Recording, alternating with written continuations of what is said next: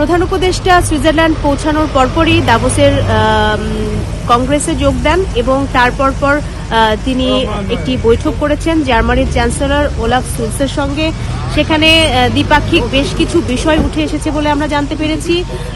বাংলাদেশে গণতন্ত্রকে সমুন্নত রাখার বিষয়ে সমর্থন জানিয়েছেন জার্মানির চ্যান্সেলর এবং একই সঙ্গে গণ অভ্যুত্থানে ছাত্রদের ভূমিকা নিয়ে বিস্তারিত তুলে ধরেছেন প্রধান উপদেষ্টা জার্মানির চ্যান্সেলরের কাছে। এবং একই সাথে নেপাল থেকে জলবিদ্যুৎ আনার বিষয়েও তাদের মধ্যে কথা হয়েছে।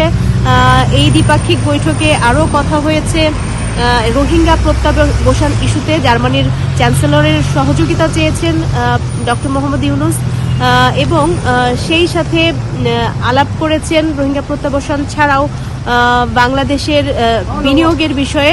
জার্মানি থেকে যারা ব্যবসায়ী রয়েছেন তাদেরকে বিনিয়োগের বিষয়ে আমন্ত্রণ জানিয়েছেন বাংলাদেশে যাওয়ার জন্য।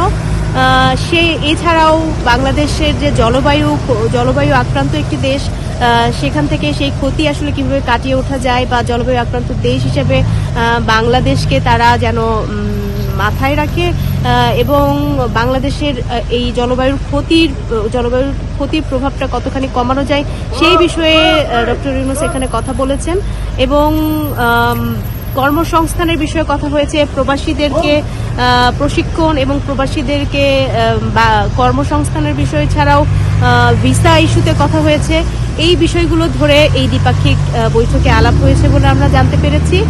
আর তাছাড়াও ডক্টর মোহাম্মদ ইউনূস এই যে আসরটি চলছে ওয়ার্ল্ড ইকোনমিক ফোরামের, এটি তার চিরচেনা আঙিনা, বন্ধুসুলভ। আসলে তাকে সবাই অত্যন্ত শ্রদ্ধা করেন এবং খুবই জনপ্রিয় তিনি।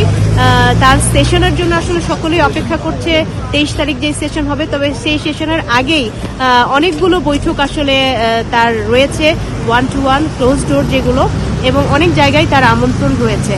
তো এই সবগুলো আজকের যে 4টি বৈঠক, এই 4টি বৈঠক শেষে আমাদেরকে ব্রিফ করার কথা হয়েছে।